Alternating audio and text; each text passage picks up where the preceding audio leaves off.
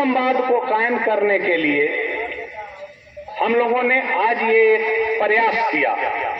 ये प्रारंभ बिंदु है, ना ये मंजिल है और ना ये बीच रास्ता है, ये हमारी प्रारंभ बिंदु है। और मेरा मानना है, अनुभव है, मैं अपने अनुभवों के आधार पर ये कह रहा हूं कि आपने यदि 10% ईमानदारी से प्रयास किया, हमें अपना परिवार समझ के अपना सहयोग प्रदान किया, तो हम 90% समाज से नशा को समाप्त कर देंगे। नशा केवल शराब नहीं, नशा केवल चरस नहीं है, नशा केवल गांजा नहीं है, व्यभिचार होने का नशा भी नशा ही है, बेईमान होने का नशा भी नशा ही है। तो उन नशाओं पर भी हम प्रहार करेंगे, लेकिन जो हमारी तत्कालिक नशा है उन नशा पर पहले हम प्रहार करेंगे। और इसके लिए हमें आपका आशीर्वचन की आवश्यकता है और मिल रहा है। हमें खुशी हुई कि मुखिया संघ के अध्यक्ष सहार आज ही फोन किए थे, कहेंगे ये सर राउर मीटिंग के फल मिले लगल। हम लिखा तब गाँव में पंचायती ला लोग तैयार होके लागल। पहले हर एक बतिया में थाने चल जाते रहे, कि 3 गो पंचायती तो अब तक हम कर देनी 3 दिन में। ये एक वानगी है, हम चावल बनाते हैं तो 1-2 चावल तो करके कह देते हैं कि मेरा पूरा भात पक गया। तो वो एक मुखिया जी ने वानगी दिया कि मेरा रिजल्ट प्राप्त होना शुरू हो गया, और हमें अब उससे मनोबल बढ़ेगा, मेरा मनोबल बढ़ेगा, आपका साथ मिलेगा। मैं बार बार कह रहा हूं कि ये मेरा प्रारंभ बिंदु है, यहां से अब हम शुरुआत करेंगे और इसको मंजिल की ओर प्रस्थान करेंगे। मंजिल तो शायद मेरे इस जन्म में, हम आपको बता दें, मैं चंपारण में पदस्थापित रहा और गांधी जी के जहां जहां पदचरण गए वहां वहां जाकर के रिसर्च किया। वो एक बढ़ारवा लखनसेन गांव है जहां वो 8 महीना 14 अपने पुलिस निरीक्षक धर्मेंद्र कुमार को ही धन्यवाद दूंगा कि आपने भोजपुर की इस धरा से एक अलग जगाने की कोशिश की है और लोगों को, अपने अंचल के सभी जनप्रतिनिधियों सहित अन्य सम्मानित जनता को यहाँ पे एक जगह एक मकसद के लिए बुलाने के लिए आपने वो प्रेरणा ली और उस प्रेरणा को साकार भी बनाया। तो मैं धर्मेंद्र को धन्यवाद देते हुए जितनी भी हमारी सम्मानित जनता यहाँ पे आई है, आप सभी को भी भोजपुर पुलिस की तरफ से मैं हार्दिक अभिनंदन भी कर रहा हूँ, स्वागत भी है आपका। अपेक्षाकृत महिलाओं की संख्या थोड़ी कम नजर आई, जो प्रतिनिधित्व होना चाहिए। तो शायद हो सकता है कि जब ये सिलसिला चलेगा तो आने वाले वक्त में हमारी दिली ख्वाहिश है कि हमारे बीच में महिलाओं का भी प्रतिनिधित्व उतना ही हो जितना वास्तविक रूप से हमारे भारतीय समाज में महिलाएं प्रतिनिधित्व स्वाभाविक रूप से कर रही हैं। यानी ये 50%, तो एक तरफ का धरा जो है महिलाओं से भरा हो और दूसरी तरफ पुरुषों से हो, तो पुरुष प्रधान समाज का जो एक संज्ञा चल रहा है हमारे यहाँ, उस पर थोड़ा विराम लगेगा और ये भी एहसास होगा कि हम किसी से कम नहीं। तो महिलाएं जरूर उसमें आए और जो पुरुष आज आए हैं, अच्छा तो होगा कि आप अपने परिवार के वैसे सदस्य को लाएं जो बहुत मुखर हो, जिसके पास अनुभव बहुत अच्छा हो और वो कुछ अपनी अभिव्यक्ति, अपनी कुछ सच्ची कहानी हमारे सामने में रखे और हम उन सच्ची कहानियों से कुछ प्रेरणा लेके और आपके बीच में सेवा भाव उत्पन्न कर सके, ये हमारी इच्छा है। हमारे बीच ऐसा बहुत ही कम हुआ है कि सामने में जनता बैठी हो और जिले के सभी रैंक के पदाधिकारी हमारे साथ मंच शेयर कर रहे हो। ये बहुत ही अच्छा सुनहरा अवसर इसको मान रहे हैं। अपेक्षाकृत मैं इसको नकारात्मक मानता हूं कि हमारी जनता सामने है और हम उनको यहाँ से संबोधन करें, ये बिल्कुल उसका आशय नहीं है। ये मेरा आशय है कि इतनी आंखें, इतने दिमाग, हाथ पैर सब हमें निहारे, हम आपके समक्ष हैं, आपकी सुरक्षा के लिए हैं। आपके बीच में जो एक सामाजिक भावना हमारी होनी चाहिए, उसको जागृत करने के लिए, हम प्रतिबद्धता जगाने के लिए आपके समक्ष खड़े हैं। कहीं ना कहीं छोटा थाने स्तर का, अंचल स्तर का, सब डिविजनल लेवल पे या जिले के स्तर पे हम लोग नेतृत्व कर रहे हैं और वो नेतृत्व आपके लिए कर रहे हैं। उसमें मेरा अपना कुछ भी नहीं है। यदि किसी का है, कहीं स्वार्थ निहित है, तो वो गलत है। स्वार्थ रहित यदि हमारी भावना पहुंचेगी आप तक, तो शायद आपका सहयोग, जिसके लिए आज आपको आमंत्रित किया हमने, वो और भी बेहतर तरीके से हमारे बीच में आएगा। ऐसी उम्मीद है कि आज ये जो हमने दीप का प्रज्वलन किया है और आप ही से जलाया है, तो ये दीप जलता रहे, रोशनी पूरे समाज को बराबर तरीके से मिले। और रोशनी बराबर तरीके से मिले ही नहीं, जहां अंधेरा दिखाई दे उस जगह रोशनी पुनः आप आगे चेन की तरह से उसको जला दें, ताकि आगे का रास्ता भी हमारा प्रशस्त हो सके और समाज एक अच्छा हमको मिल सके। आज का जो शीर्षक है, आने वाले 26 तारीख को पूरा बिहार एक नशा विमुक्त बिहार, नशा मुक्ति दिवस के रूप में 26 नवंबर को मनाएगा। जब से बिहार में पूर्ण शराबबंदी चली है, उसके बाद से लगातार 26 नवंबर को सरकार और सरकार के सभी अंग पूरी तरह से प्रतिबद्धता के साथ में आगे बढ़ रहे हैं। लेकिन इस 6-7 साल की जर्नी में मुझे मद्य निषेध में भी काम करने का मौका मिला, पुलिस अधीक्षक के रूप में, जिले में भी मौका मिला और वैसे जगहों पे भी मिला जहां पुलिस से प्रत्यक्ष समाज का कोई लेना देना नहीं है। यानी कि जो हमारी विशेष बल है, बीएमपी है, उसमें भी हमने इस बीच में प्रतिनिधित्व अपना दिया है। तो इन तीनों आयाम को देखने के बाद, तीनों जगह पे अपने उत्तरदायित्व को निभाने के बाद मुझे ये बहुत ही गहरी अनुभूति हुई और बहुत ही स्वच्छ तरीके से आपको बताएंगे कि हम भी उस परिवार से आते हैं। हमारे भी परिवार में संयुक्त एक समावेश है, 3 बाबा का खानदान चल रहा है अभी भी। और हमारे यहाँ जब चूल्हा जलता है तो एक ही चूल्हे पे 70 से 80 लोगों का खाना बनता है। छठ में जाए या दीपावली में जाए या फिर होली के अवसर पे जाए, सभी के बच्चे, सभी के लोग एक साथ ही, एक ही साथ खेती होना सारा चीज है। इसके बावजूद भी ये जो एक सामाजिक गठबंधन है, पारिवारिक जो गठबंधन है, इसके बावजूद भी उसमें कुछ कुछ जगह पे हमने खामियां देखी हैं और वो खामी यही नशा है। हमारे यहाँ भी कुछ ऐसे लोग हैं, अपना उत्तरदायित्व दिया तो हमने भी कहा कि हमारे घर में जो शादियां होंगी, जो फंक्शन होंगे या जो चीजें आने वाले समय में हमारे आएंगी, तो हम भी अपने ही घर को पहले स्वच्छ कर लें, तब बाकी उसका एक प्रतिबिंब समाज में देखें। उनसे आह्वान करें कि आप भी हमारे साथ कदम से कदम मिला के आगे बढ़ें, क्योंकि वो आवश्यकता है।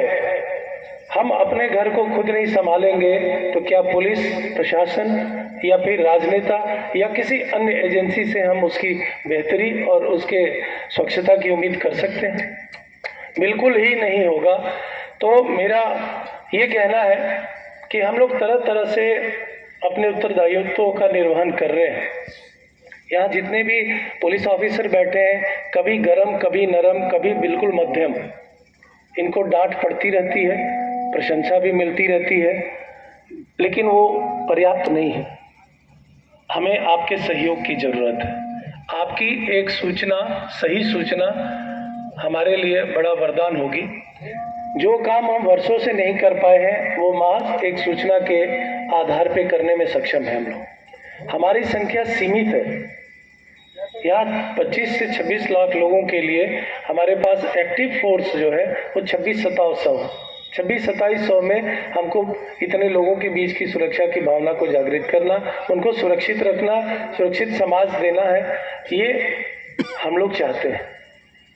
लेकिन जब तक जन सहयोग ना मिले तब तक कोई भी अभियान सफल नहीं हुआ। धर्मेंद्र ने कहा कि चंपारण की धरती से हमारे पूज्य राष्ट्रपिता महात्मा गांधी जी ने पूरे जगत के लिए संदेश दिया और आज वो मिसाल बना हुआ है। लगभग 105-6 साल का वो वक्त है जब वो चंपारण की धरती पे गए थे और आज भी वो उतना ही जीवंत है, संजीदा है और समसामयिक है कि जो महापुरुष उस दौर में इतना विजनरी अप्रोच लिए और आगे बढ़े, आज भी हमारे लिए उतना ही कारगर कदम उठाने की आवश्यकता है। उस दौर में जो हमारी व्यवस्था थी वो हमारी गुलामी वाली व्यवस्था थी। बहुत ज़्यादा हम स्वतंत्र नहीं थे, अभिव्यक्ति अपनी नहीं कर सकते थे, अपने हिसाब से हम दुनिया नहीं बना सकते थे। जब चाहे तब पुलिस और प्रशासन और सरकार के समक्ष अपनी बातों को नहीं रख सकते थे। आज तो वो सब कुछ अपना है और तब हम इतने परेशान हैं। तो इसमें मुझे एक जो कुंजी सारी समस्याओं की जो समझ में आती है वो ये है कि हमने अपना अभिभावकपन छोड़ दिया है। जिस गांव, परिवार, विद्यालय या अन्य ऐसे जगह पे जहां एक पूरी तरह से एक समूह बैठता है, वहां अभिभावक शिव का जो ज्योति होना चाहिए वो हम लोगों ने जलाया नहीं ठीक से, और जलाया तो आधे अधूरे मन से। तो दीपक भी आप आधे अधूरे मन से जलाएंगे, ठीक से उसको भिगोएंगे नहीं, ठीक से उसमें रेसा डालेंगे नहीं, उसका ईंधन उसमें नहीं ठीक से डालेंगे, तो वो दीपक भी बहुत ज़्यादा देर तक आपको ज्योति नहीं देने वाला। तो हमारा जो भविष्य है, हमारे बच्चे वो दीपक की तरह है और दीपक में रोशनी की तरह है। यदि आपने उनको ठीक से ईंधन नहीं दिया, ठीक से सामाजिक परिवेश पालन पोषण नहीं दिया, निगरानी ठीक से आपने नहीं रखी, तो वो बहका हुआ व्यक्ति कहीं भी किसी भी जगह अपनी भी क्षति करेगा और समाज की भी क्षति कर जाएगा। और वही आजकल ज्यादा हो रहा है। हम लोग ऐसा महसूस किए कि आज यहाँ से हम लोग इसको शुरू करने जा रहे हैं, शुरुआत है। धर्मेंद्र से कहेंगे या हमारे जो ऑफिसर बैठे हैं कि इसको आगे आप सभी लोगों से मेरा अनुरोध और अपील है कि आप इसको कमेटी के रूप में कन्वर्ट कर दीजिए, एक समिति के रूप में, बृहद समिति। अपने पंच, अपने मुखिया, अपने पार्षदगण, सभी जो जनप्रतिनिधि सम्मानित हैं, आप लोग छोटी छोटी कमेटियां या बृहद रूप में बड़ी कमेटियां बना लें।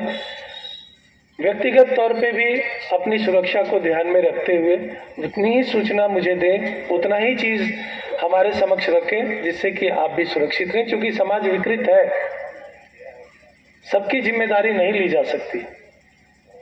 तो हम लोगों को जब खुद अपने सुरक्षित रहेंगे तो दूसरों को सुरक्षा देंगे। ये हमारे साथ भी लागू होता है, आपके साथ भी लागू होता है। लेकिन अपने घर में फिर असुरक्षित की भावना क्यों?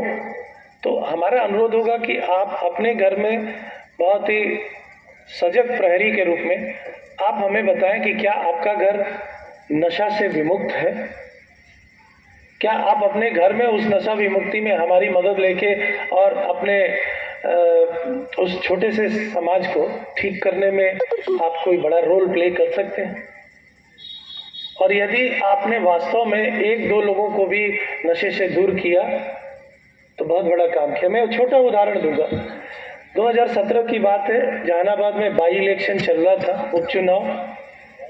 सीआरपीएफ के साथ में गया और जहानाबाद के बॉर्डर पे हम वाहन चेकिंग करवा रहे थे, बैठे हुए थे। एक गाड़ी आई, उस गाड़ी को रोका गया क्योंकि गाड़ी की जो चाल थी बता रही थी कि जो आदमी चला रहा है वो ठीक नहीं है।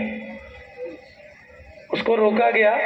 गाड़ी के रुकते ही वो व्यक्ति जो ड्राइविंग सीट पे था, हाथ जोड़ के बिल्कुल भागते हुए जैसे होता है आया और मेरा पैर पकड़ लिया।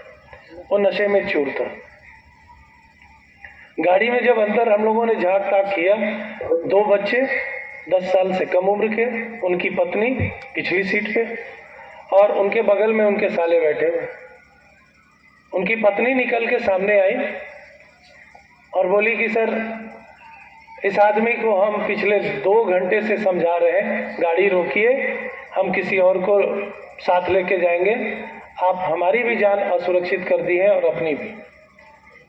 बोकारो से चला हुआ आदमी बरही में रुका, पान खाने के बहाने उतरा और एक निप जो है ढकेल लिया और पान खा लिया उस पर से। अपने को भी धोखा दिया, घर परिवार बाल बच्चों को भी धोखा दिया। मुझे ये लगा कि जो व्यक्ति 100-125 किलोमीटर दूर चला के NH2 पार करके यहाँ तक आ गया है और यहाँ से 5 किलोमीटर पर उसका घर है, तो हमने बड़ी सिंपल सी एक युक्ति लगाई कि भाई आप खुद महान हैं कि आप अपने परिवार को खतरे में डाल के यहाँ तक सुरक्षित आ गए। अब हम आपको पकड़ के कौन सा पताका हासिल कर लेंगे। पत्नी ने एश्योर किया कि सर कल लेके इनको अपने आपके ऑफिस में हम आएंगे। पत्नी लेकर आई और उसके बाद 3 महीने तक लगातार वो फोन करती रही, कुछ बातें हुई और अभी भी कभी फोन आता है तो बोला कि सर 17 हो गया और अभी 22 है, आज तक इन्होंने शराब का सेवन नहीं किया। अब इसमें हमने कुछ किया नहीं था।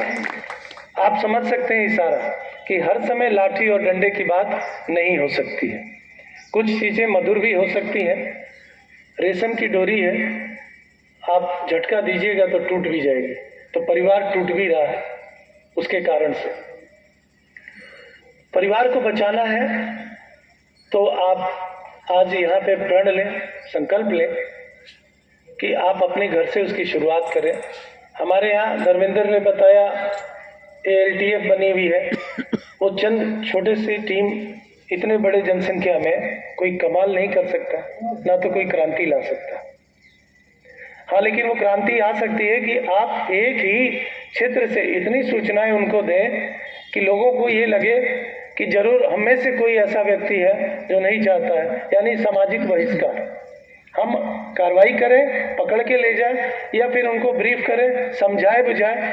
आप अपनी एक छोटी सी टोली बैठाइए, उनको थोड़ा नशा से दूर ले जाने के कारकों को समझाइए, बताइए कि उससे नुकसान क्या हो रहा, किसका नुकसान हो रहा, तो शायद हो सकता है कि हम लोग इस मकसद में कामयाब हो जाए। और इसको करने के लिए बहुत जरूरी है कि काम को दिल से किया जाए, दिमाग से कम।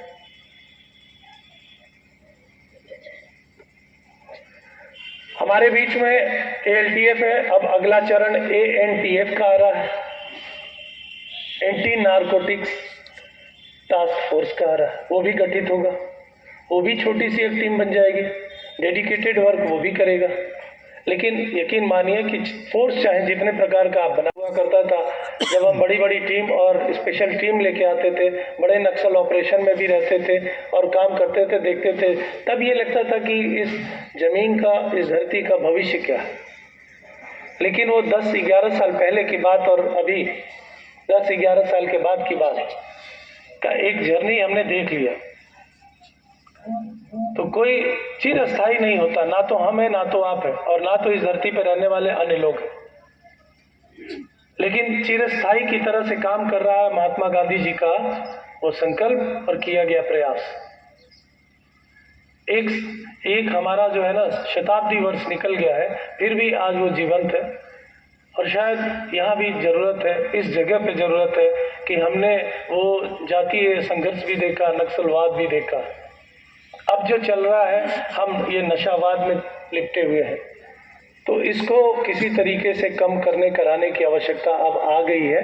अन्यथा जिस तरह से छोटी छोटी बातों से लेके समाज हमारा टूट रहा है, बिखर रहा है, ये नशा किसी दिन हमको पूरी तरह से नाश कर देगा।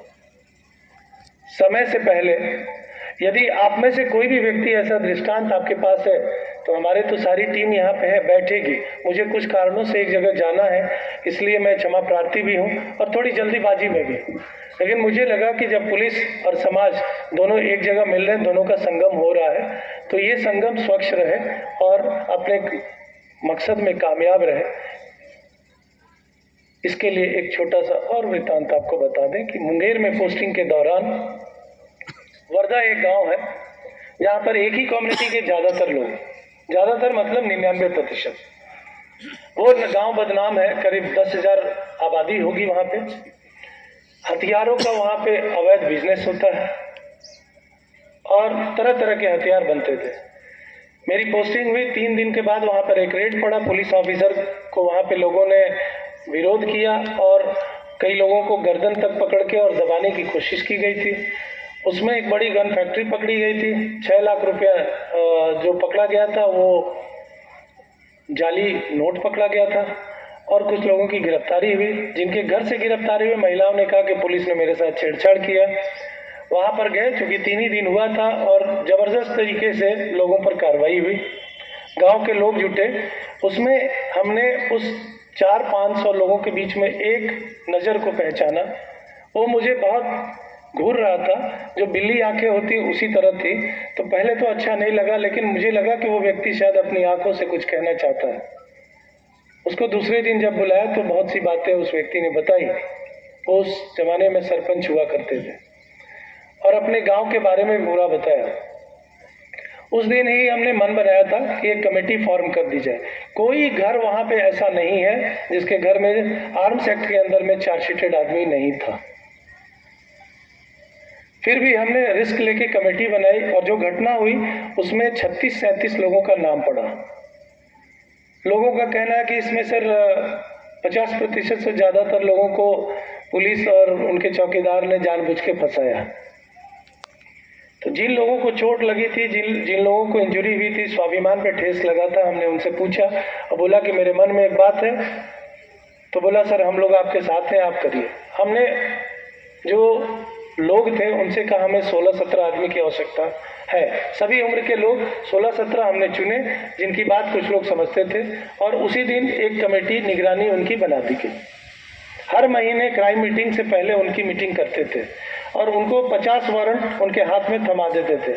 उनका काम था कि आप अपने वारंटी को ले जाके कोर्ट में पहुंचा दीजिए, हम आपके घर में नहीं आएंगे। उस गांव में राज्य के बाहर के अन्य राज्यों के लोग आते थे। उसी समाज में पेइंग गेस्ट, जैसे पीजी होता है ना शहरों में, पेइंग गेस्ट की तरह आते थे, रहते थे, ऑर्डर देते थे और हथियार बनता था और फिर उसको लेके और बिजनेस करके वो जाते थे।